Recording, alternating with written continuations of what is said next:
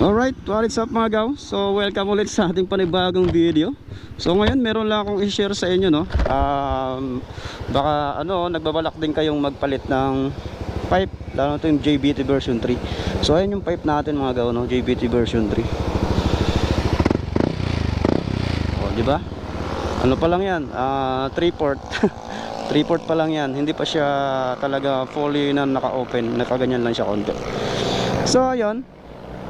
Kung nagbabalak ka magpalit ng pipe, para sa iyo tong video na to. So mostly na tinatanong kasi pag nagpapalit ng pipe, ang isang owner ng motorcycle, gusto nilang malaman kung kailangan pa bang i-remap yung motor. Ang sagot po natin diyan ay yes, of course, di ba? Yes, of course, kasi bakit? Yung stock pipe kasi ng mga motor natin mga gaw is ginawa yan, is nakasystem yan sa kanyang ECU, no? Diyan yan siya nakaset. Kaya kung gusto mong palitan, kailangan talagang i-remap yan. So yan yung mga mga tinatanong madalas pag nagpapalit ng pipe, kailangan pa bang i-remap?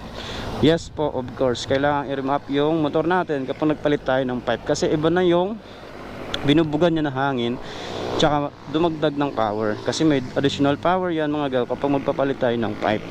So yon. Bakit kailangan magpa-remap? Kasi yung map or yung mapping ng stock na tambuch natin sa ECU is nakaset siya para sa stock na pipe. Siyempre kapag nagpalit tayo ng pipe para sa motor natin, hindi na siya doon nakaset yung mapping niya para sa tambutso, di ba? Kaya kailangan i-remap, kumbaga i-reschedule ba? Ganun. Babaguhin, papalitan, no? Para magtugma yung hangin at yung gas na kailangan ng motor natin na ilabas, no, na i-exit sa kanya. So yun yung dapat na maging balance. So yung ginagawa kasi ng remap is para i-balance ulit, para itama ulit, no, para itama ulit yung kanyang map doon sa pipe na ipinalit mo. So yun ang sagot natin dyan mga gaw, no. Kailangan talagang i-remap yan. So itong motor natin, naparemap na natin ito. Paremap na natin ito this year lang pala, last January, no? So ilang months na ba? Almost 9 months na din. 9 months na, kasi January last week ko yun pinaremap. So almost 9 months na natin to siyang pinaremap, no? And then yung feedback ko naman sa remap, goods, okay naman, kasi naging maganda yung performance ng motor natin. Hindi na pabago-bago yung consumption ng gas natin, no? Yun yung kagandahan kapag nire-remap yung motor natin. Hindi na magiging